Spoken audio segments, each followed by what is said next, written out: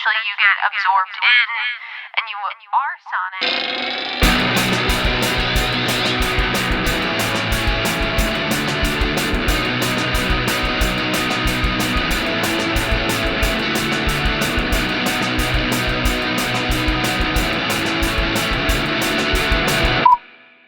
Hey everybody, and welcome back to No Repeat. It's a podcast where we pick 3 songs every week with no repeats and no do-overs to create a perfect playlist for every occasion life throws at you.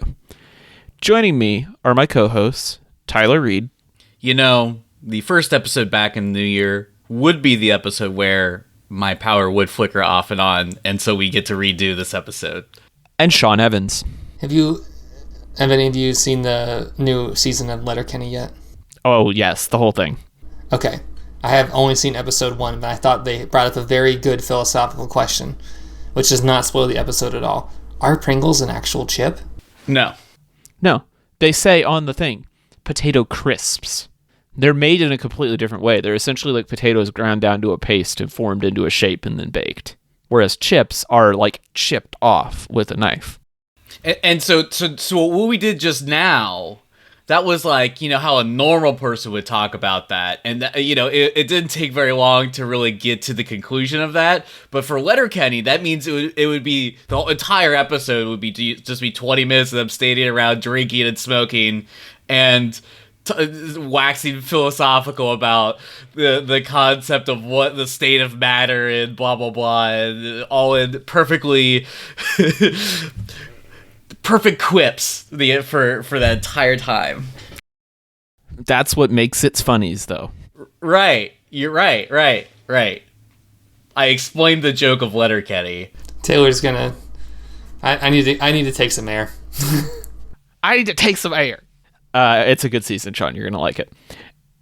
Tyler, what was our challenge this week?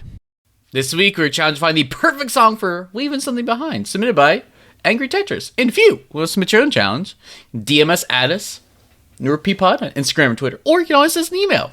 Ever think about that? NoRepeatPod@gmail.com. Thanks so much. So it's the new year. We're back after a bit of a hiatus. We booked our recording last month, so we had a few weeks off for the holidays, but now we're back, and we're leaving 2022 in the dust. What are you guys leaving behind as we move into the new year?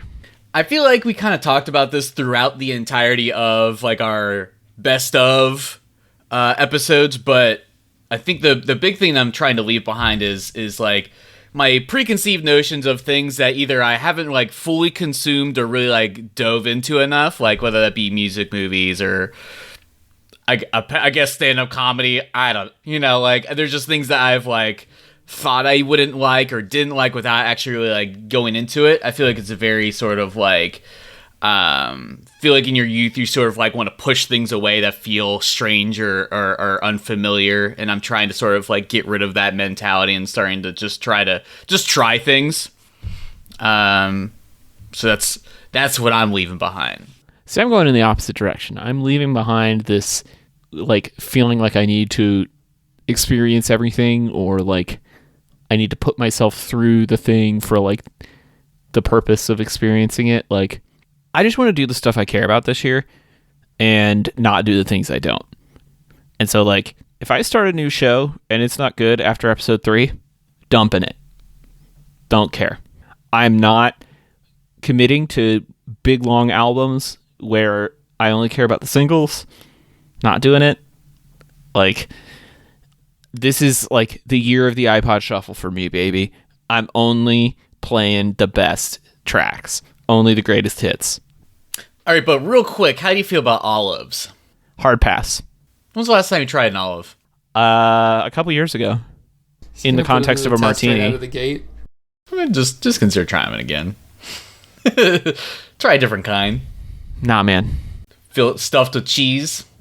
Only the things I care about. I want that martini as dry as you can possibly make it, with a little twist of lemon. I want it to basically be ice cold gin. I mean, okay. Sean, what are you leaving behind? Well, I'm in a new place now, so I'm leaving what I lived behind. I realized that I told myself after a year of leaving that place, I no longer have the ability to talk smack about it openly without being like provoked. So I'm just going to try and live it up as much as I can until July, and I'll have to stop. All right, Sean, so what's today's thing you hate about the greater DC metro area? I hate that everybody complains that they don't like the cold and that's why they live there, but then the summer comes and they also complain that it's hot all the time. That's a good one. I would say that that's like normal for most people, but I feel like now that I live in Cleveland and I live around a lot of people that like the cold, they never really complain about that. And in fact, the people that love summer actually go outside all the time because the summers here are like super reasonable. So I'm just putting it out there. You're by a big body of water. Yeah, the lake is beautiful. I'm sure that helps. Yeah. It's not a swamp. It's not a swamp. Well, let's The talk about crocodiles, as far as I know. So let's talk about the music. How are you guys approaching songs for leaving something behind this week? Because traditionally these are like breakup songs, Right. and we're not talking about like necessarily a breakup here, although you could be. But was that the kind of songs that you were after? Like, what was your approach? What was your technique? Well, I took a lot of time during the break and I listened to a lot of music and built up my backstock of songs that I liked and artists to investigate. My Spotify year recap thing gave me that classification that I'm somebody who finds an artist that they like and then I basically listen to everything they've ever made with like a lot of intent. So I don't get to see a lot of artists in a year, but I basically just like go through the entire discography of that artist, which is definitely my style. So you're out here finding your next obsession. Yes, and leaving some old ones behind. Yeah, that's exactly right. Tyler, how are you finding songs to leave behind? So I think it's funny that whenever we aren't being challenged to find a song to pick for the podcast, because I feel like this has happened just pretty much every winter around Christmas, right, and New Year's, because it's like we got stuff going on, so we don't worry about it too much. I feel like I spend that time listening to just garbage, just like video game remixes or just like the same like dumb garbage I like listen like default stuff I like listen to that like I don't listen to during the regular year because it's like I don't have time. So that being said, I feel like I was also starting to go back to the gym a lot too, and so it's like I was like just seeking out like really intense like sort of like almost like metal stuff, because there's something about almost like the idea of like intensity, maybe not necessarily anger, but sort of like that sort of like the sort of like power trip you get from like intense music that sort of like makes you feel like you're shedding your shell, your former skin, and sort of like Goku powering up into your new form, you know, because I feel like that's kind of like one way you could like sort of like look at that. And so that's kind of like where I initially started to go, and I just really I don't know, I just could not like sort of like really land on the right sort of let's say like lyrical content or artists. I feel like I guess the two things didn't really match up, whereas like intensity with like lyrical stuff, because it's like I would choose like Protest the Hero or some whatever. It's like you're talking about like it's like historical references and stuff like that, or it's like Amon Amarth is also like Viking war, and you're like Arch Enemy is like doing like a bunch of like which Arch Enemy got the closest, where it's like they sort of were using like war and sort of like more like violent concepts to like sort of be like, oh, I'm rising above this or whatever. So like I guess a lot of the more like metallic like artists I listen to are much more like thematic and less about like sort of like the heartbreak or whatever. So yeah, so I feel like so that being said, so that was like my B-sides would just be a graveyard of like 20 songs that like I listened to sort of like during that time period. But like I feel like the song that I ended up choosing obviously was in a very different direction, and I feel like I ended up picking it just because it felt like it sort of was able to combine the idea of sort of like it combined something trivial in a way that felt like it was also sort of like so I don't think it's very hard to technically leave something behind, right? Like whether it's let's just say an object. You could forget about something, you could place it there, you can just leave it there. It's technically very easy to leave something behind, but I feel like what sort of makes it poetic and interesting is like your attachment to it, and then like what you choose to do with that attachment, and then sort of like the sort of emotions you place upon it, and sort of like surrounding that sort of makes it feel, it gives it this grandiosity that like in your mind that you just can't necessarily break away from. So it's like I feel like it's very hard to actually leave something behind that you care about or you have some sort of concern for. So I feel like that's was sort of like, I guess sort of the thing I ended up sort of like thinking about and what the song sort of was able to convey. Especially because I feel like a lot of things I had to leave behind was like dating related things. And so that was like just starting to have to like just dump my brain of like memories and interactions and all this stuff that's like, you know, was really impactful and really meaningful and felt good in the moment. But it's like, it still like means something, but it's like, I got to get it out. You can't keep it in there. And that's like something you just got to leave behind. And so it's like, you know, technically just forgetting things, not that hard. Filling your brain with new memories, easy, but it's one of those things where it's like late at night, or you just sort of like have a quiet moment to yourself. And you're like, oh, that time made me feel good. Yeah, I struggled similarly to Tyler, where like I was looking for like kind of the post-breakup move-on song, even though I'm not really talking about like that kind of thing. And we really haven't had a great one of those in a while. I think probably because everybody's in like party post-COVID mode. But when I put on, Apple Music has a moving on playlist, and like all the stuff that is from the last 5 years or so, it's like 2017, 2018. It's, you know, Ariana with Thank You Next. It's Lizzo with Truth Hurts. It's, you know, like it's all stuff from pre-pandemic, and they're all like songs that we've kind of beaten to death. And then there were a bunch of classics, and we'll talk about those in my B-sides. But a lot of them, they just didn't really have like the finality I was looking for. Like, to your point, it's hard to truly forget something or someone. And I wanted a song that's just like very like, I'm done, I'm leaving it behind. And a lot of these songs kind of left the space for like, I'm still going to be mad about this. And that's not really what I was after this week, because it's not a breakup for me. Like, I'm the like mindset that I'm leaving behind. I just kind of want to like shut the door on it and walk away, and like I don't need to hold on to anything from that.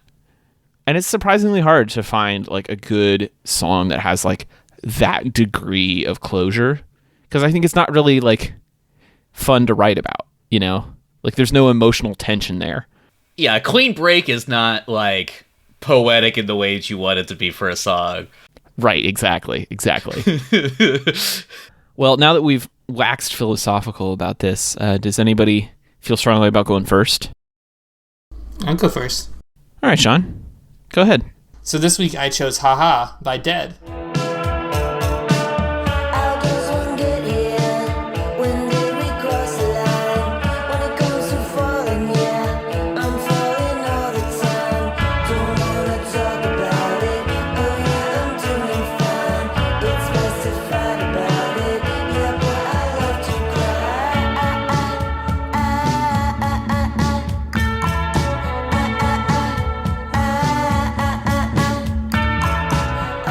I think I was listening to Spotify's indie rock thing, because my Spotify wrap up basically said that I think it gives you 5, right? I think 3 of mine were indie something, indie pop, indie rock, indie something else, probably just indie in general, which I don't actively seek these things out. I feel like I just am resonating with that vibe right now.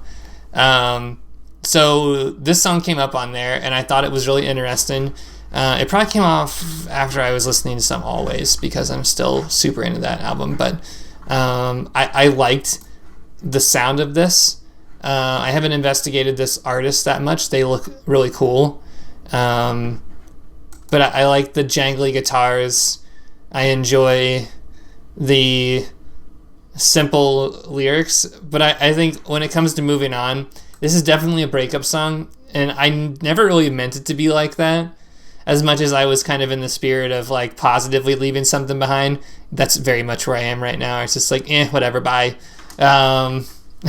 Outside of moving, I feel like always after the holidays, I'm in that spirit where I'm like, pass.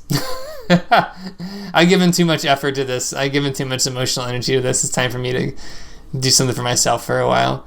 And I thought this song kind of lent itself to that in a more broader spectrum. Kind of about like these like stupid emotional bouts that you have with yourself and others around you, whether it be like love or anything else. And I don't know, I just feel personally like it's the chorus where it's just like it's on, it's on, it's on, it's off, it's off, it's off, it's on, it's on, it's on, it's off, it's off, it's off. It was always like that. Like, it just felt like my holiday season was very much like that. And I don't want 2023 to be like that again. So I'm just like, you know what? Do my own thing. It is so funny that you picked this. Because, first and foremost, I adore this record.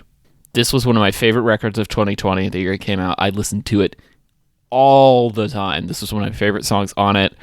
I drove from Atlanta back to Ohio with friend of the show Lucas, and we listened to this whole record twice.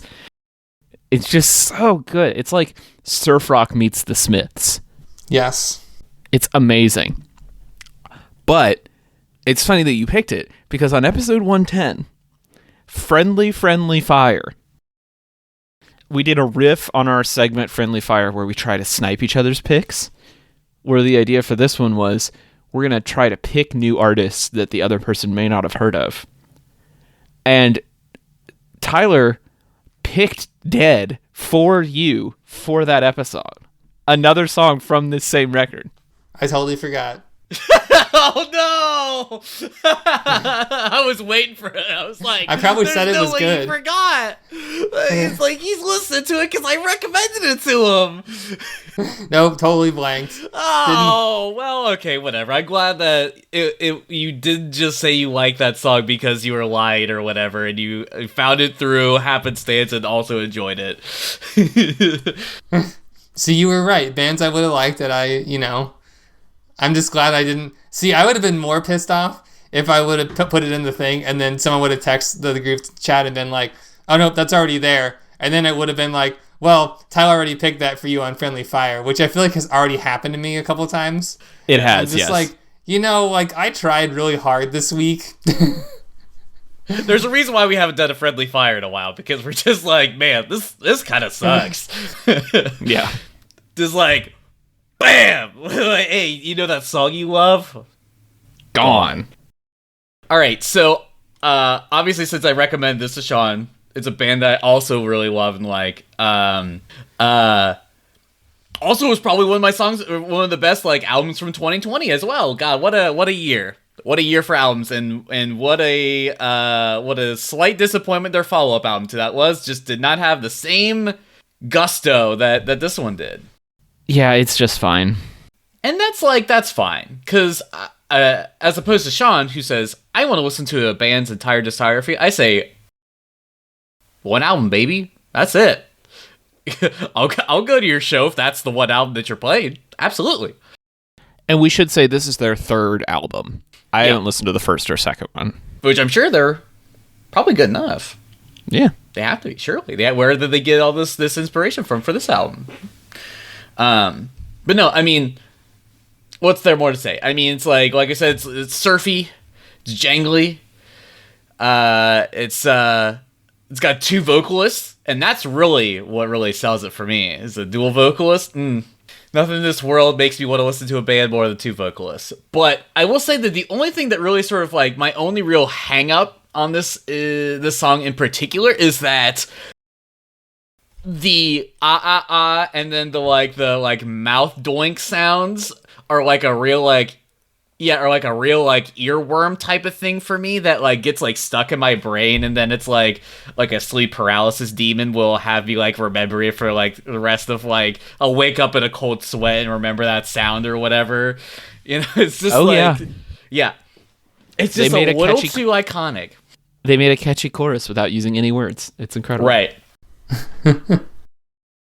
So, that doesn't... It like rubs me the wrong way just like a little bit, but I think it's only because...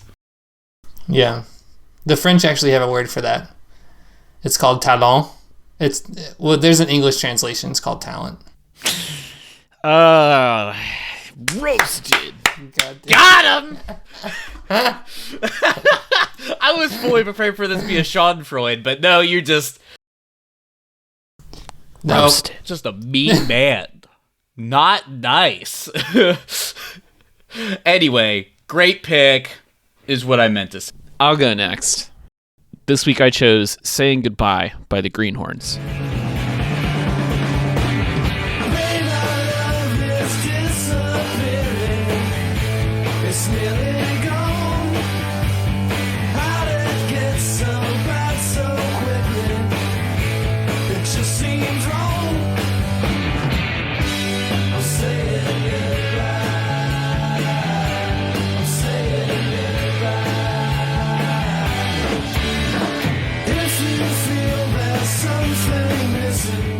I don't know how I haven't picked the Greenhorns on this podcast before.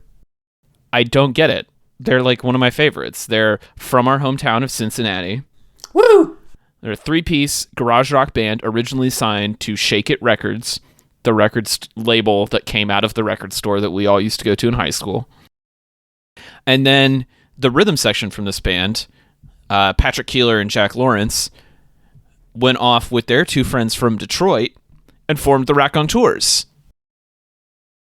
And they reunited with their vocalist and lead guitar player years after the Greenhorns had been on hiatus. And they went down to Nashville and recorded this record with Jack White doing production. And it's their only released since, but it's so freaking good.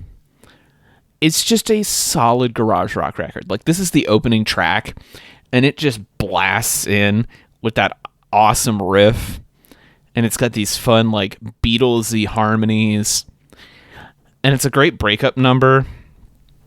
Like, it just feels like driving away from something. You know? I really, really dig it.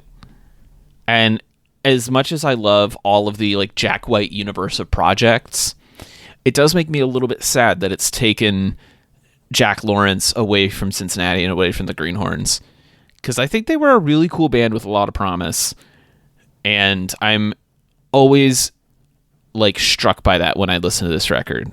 Like, this is just a really tight rhythm section, playing straight up 4 on the floor rock and roll, and sometimes that's all you need. You know, the Raconteurs did some fun stuff. They've done some kooky stuff. But I think hearing these musicians play something that they're clearly just like having a ton of fun doing, it's got good energy. It's got good saying goodbye, walking away from something energy.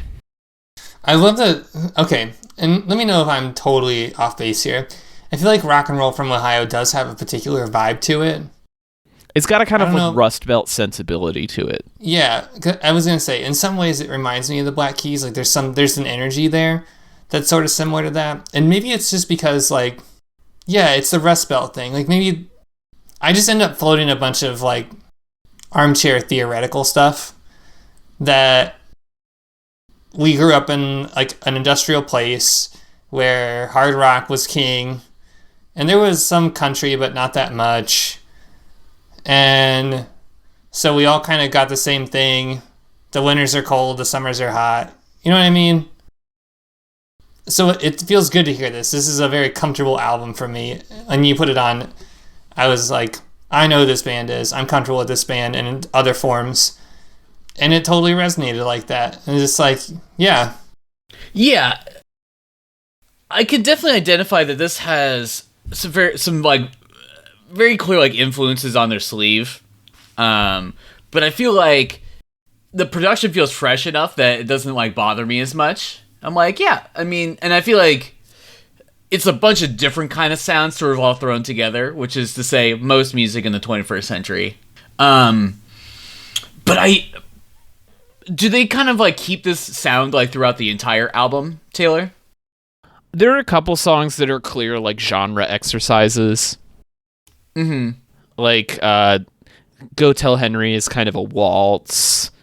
Get Me Out of Here is like a honky-tonk blues number in the style of the Rolling Stones. Like they play with a lot of rock forms, but it's all like different kinds of garage and power pop adjacent rock. Yeah. Like they're not going super psychedelic, they're not going super bluesy. It's all pretty straightforward. You could hear any of these songs on any rock and roll radio station in like the 80s and 90s.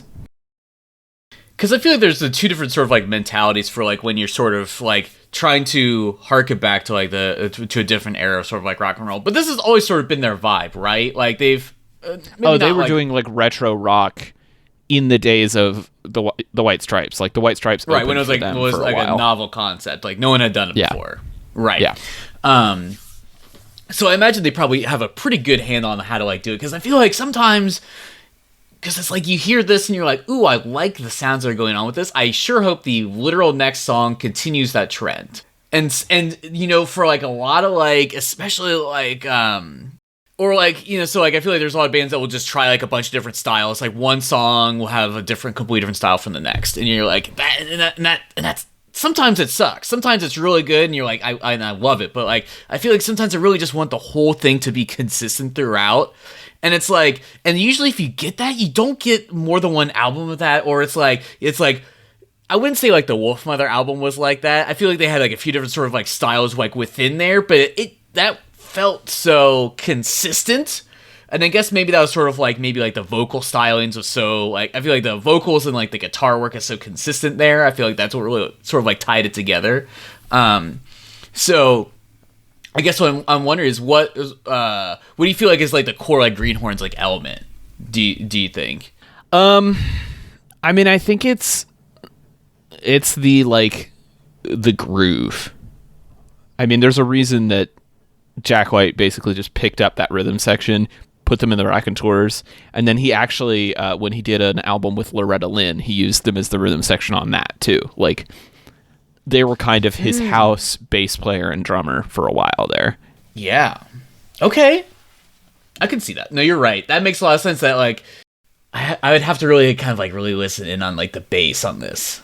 Because I'm probably not listening on the right headphones for, like, the bass. Because I'm not picking up, like, a strong, like, bass, like, sensibility. But, like, the drum definitely is, like, it feels like it's not doing, like, a lot, but it's, like, it feels memorable and distinct. And I'm like, ooh, I would love to like hear more about kind of like what their like specific sort of like vibe is, because it does sort of almost have like that like White Stripes sort of like just like banging on stuff kind of attitude that I think is fun. Anyway, yeah, I highly recommend their whole catalog. Every album's great. I mean, it's obviously a song about saying goodbye, and that's what we're doing today. We're leaving it behind. Fits the challenge, and I think it's a cool song, and a band that I've somehow only listened to a little bit. Ugh. Well, Tyler, that just leaves you. What's your song? This week I chose Charger by Elio featuring Charlie XCX. I don't wanna come back 'cause I left my charger. I don't wanna go back, it'll make it harder. Should be by the bedside, and if I'm right on the left side, yeah. But that'll make it harder. I don't wanna come back 'cause I left my charger. I don't wanna go back, it'll make it harder. Should be by the bedside, and if I'm right on the left side. Alright, so this is one of those songs that just sort of, much like Sean, just sort of happened upon my Spotify discovery. And I was like, oh, this is fun. And I feel like a lot of people picked up this song because it got reworked to include Charlie in it. Which, of course, as one of the queens of pop, is always going to give it the boost.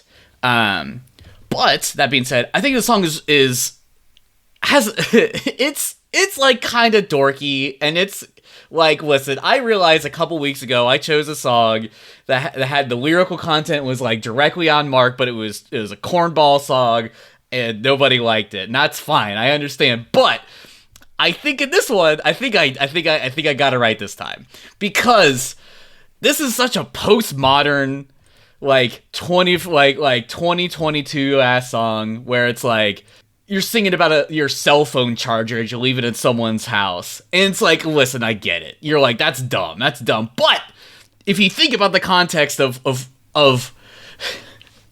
this challenge, it makes sense, because you're like, well, who needs a charger? You're like, you could just go back and you either just leave it there, I'll just go back in and I'll just go get it. But it's like, is it worth the effort? Is it worth the time? Is it worth the investment? It's like, I could just go get another one. It doesn't take that long. It's like, well, I have to go find one. I have to go take the effort to go buy that. Or, it's like, oh, I just have one at home. It's like, well, that one doesn't work as well. And so you're thinking about that. You're like, that's so dumb. It's like, but it's just like that guy that you were seeing. You're like, I could just go back to him. It could be easy. It's going to be a little difficult, but, it could just be easier than trying to find somebody new. And you're like, ooh, this is poetic, and I hate that it is that way. I hate it. So I think for me, I was like, ooh, I need to use this for something. But I also just think that, man, oh man, when that like sort of bassy synth hits, yes, it has that sort of like PC music, like very like sort of like hyper pop style that just gets me going. Just love it. So I think it's a bop. I think it really sort of picks up towards the end, but I think it just sort of has like a nice mix between sort of like soft and sweet and like a little bit more intense. And I just think it's nice. It's good. Yeah, it's a bop. It's for sure a bop. I like the way that it builds. I think the kind of minimal sound at the beginning gets you familiar with the narrative. Because, like, it's hard to write a dance pop song with this kind of, like, narrative where you do kind of have to pay attention to the lyrics a little bit. Yeah. Not much, but a little bit. And so to give that to us right off the bat, we know what's happening. And then to just build and build and build and then give us a big chorus at the end. I mean, that's what you want. I do kind of want a little more Charlie, because I always want a little more Charlie. Who doesn't want a little more Charlie? But like you said, it's a feature that's worked into an existing song. Like, what can you do? I think she will probably feature on whatever Charlie's next project is, because their sounds are just so, like, copacetic. And Charlie loves to bring in a feature. And, like, I don't know. This is really cool. I'm excited to see where this artist goes. And yeah, leaving your charger behind is so perfect. Like, I had a friend who went back to the site of a terrible date because she left a ring there. Not like an engagement ring, just like a ring. And she was like, well, I really like that ring. And like went out with this person again to get the ring back. That feels like, okay, sentimental value, there's reasons. Phone charger, leave it behind. Walk away. But you kind of need it. You just gotta leave it behind. But you're right. But the intro, sort of like more like spoken word, just sort of like talking. You need that. You're right. Yeah, it's nice. No, I like this. I like this song. I like the thing about kind of like. See, because my song was really simple too, so I can't really hop and say like, it was a little too simple. This hyperpop thing is an interesting thing for me. I don't know how I feel about it all the time. And there's instances like this where I have Charlie CX come up. Like, I went to the bookstore today and they had a whole bunch of... I was going through the records. And I heard these two girls, I'm not sure, maybe they were in high school, and they're like, oh, there's a lot of like Charlie XCX in here, and they thought it was strange. And I was like, well, I mean, I don't know if I don't know who's making records now and who's not in the pop space. And I get it. What makes her music good. I guess what I was curious was, in 2025, are we still listening? Like, does this song still hit? And I don't know yet. That is the hard part. Yeah. And that's not saying that Charlie CX and Elio are making bad music. I just don't know, because sometimes it's surprising. Like, okay, we've been doing this show for a minute now, Yeah. and sometimes I go back and listen to the stuff that I was really into on here, and I'm like, oh yeah, but that just doesn't sound right now. Yeah. Like it was like very of the moment, and I wonder if hyperpop kind of has that. Like another, like New Rome just came up, Charlie XCX or it's Spinning featuring Charlie XCX in 1975, and I just think like this is gonna sound like Aqua in 20 years. Yeah, that is a real 20 more concern. years it'll sound great again. Right, exactly. They'll want to come back around, right? Where ABBA does their 75th re-release of ABBA, and So I guess what I would say to that is I think that is interesting that you noted on that, especially on a Charlie feature, because when she made her newest album Crash, she was like, I'm done with hyperpop. Genre's dead. I'm killing it. And so, and I feel like a lot of people, I feel like kind of like the buzz around Crash was like, she's like cashing in. She's kind of doing something that's like easier, it's like something that's a little more approachable to a wider audience. And, I feel like I was one of those people that's like kind of like influenced by like a lot of the, like the negative talk of it. But like I listened to it and like Charlie, if anything, is a good pop artist. And she can make good music no matter, regardless of the genre, So I would say to some extent, I think some of it will not age well, but I feel like the people who are good musicians and good artists, I think the music will stand the test of time. yeah, I don't think she's a bad musician. That's not what I'm saying. I just wonder if it's interesting what you said about how the hyperpop. She was like, well, this scene's kind of dead. I'm leaving this behind. It's just, I don't know. I don't know anything about this genre besides like whatever you put on this show and whatever we've pseudo classified as hyperpop. But I'm interested to see where this goes. If there's like some sort of influence that comes up from this. So, and that brings us to listener submissions. This is the part where every week we read off any listener submissions that came in for the challenge that we posted on Twitter and Instagram or email. This week we have one. This is episode 210, Leaving Something Behind, from @71DPI, who chose the song Lost Coastline by Ockerville River. Is it Ockerville River? Yes. Ockerville River. Okay, cool. I am terrible at reading band names and just bad at reading generally, so every week this is a fun surprise for me. I totally forgot about this band. Me too. They're in that same school of bands as like the Decemberists and the National. Like back when South by Southwest was cool. Is it not? Hot take. It's kind of overrated now. Okay. Oh, Well, okay. This that's is fun something though. I'll have to explore more on Billy Joe Armstrong, yes. Yeah, pay for our Patreon, and I can tell you why I don't like South by Southwest anymore, even though I've never been. No, this is good. This is like emo folk. I'm into this. Wilco? Yes, yeah, it is kind of Wilco-esque. How's Wilco doing? I mean, they put out an album recently. I think they're fine. How do you feel about Wilco? They're okay. Hot And takes here at the end. Oh, okay.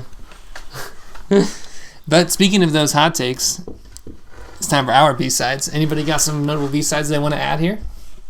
I was gonna push you guys this week, but I decided to back off. Okay. Push us. My top B-side was "Not Ready to Make Nice" by the Chicks. Ooh, the Chicks. I don't know if you remember, but the Chicks got in some trouble for making some comments during the Iraq War. Yeah, And "Not Ready to Make Nice" is their response song from their comeback album, yeah. where they say, "I'm not ready to make nice. I'm not ready to," I forget what the second line is. "I'm mad as hell and I don't care." And it's like, they are just ripping into the people that were hating on them. In beautiful 3-part harmony, because it's the Chicks. But it felt a little too like, they have to still remember it. They're not truly leaving it behind, so I couldn't pick it. And then I had Somebody That I Used to Know by Gautier and Kimbra. Remember that slap? And finally, It's Too Late by Carole King. Just a classic pop song. You know, there was probably something on Beach Bunny's Emotional Creature that probably would have worked for this, but Good record. I've been re-listening to that album a lot in the interim just because I'm like, I think this is a good pop punk adjacent album. And I was just making sure. Sometimes you gotta double triple check. And I said, I think so. My base instinct initial pick would have been I Write Sins Not Tragedies Ooh. by Panic at the Disco. I don't know why, I just love that song. I think it's not even that good of a song. I love the drama What's wrong of it. with you? I don't know. I don't. It's it a doesn't great feel, song. It doesn't feel right to like it, but it's a good song. I Get do the like hate it. out of your heart. It's because you don't want to like every Panic at the Disco album. And you're right, you shouldn't. Everything where they took out the exclamation point, you don't have to like. It's true. That was a defining moment. Well, that's also when he kicked everyone else out of the band. Oh, okay. Now they're just Panic at the Disco. Before they were Panic at the Disco. Okay. Well, interesting. Okay. Fun fact. Well, Tyler, if people want to get some closure with you, where can they do that? Hey everybody, you can find my design illustration work at rudepets.club. And as always, you can find me as Rude Pets Club on Instagram or Twitter. Sean, if people are looking to move on from Twitter, where can they find you? Yep. You can find me almost exclusively on Instagram at TellySean. And you can find me on Instagram as TC Olmstead. I am also trying to move away from the bird site, but we'll see if it sticks this time. All of these songs will be on the official No Repeat podcast playlist, which is available on Apple Music and Spotify. And we'll be back next week with another episode of No Repeat.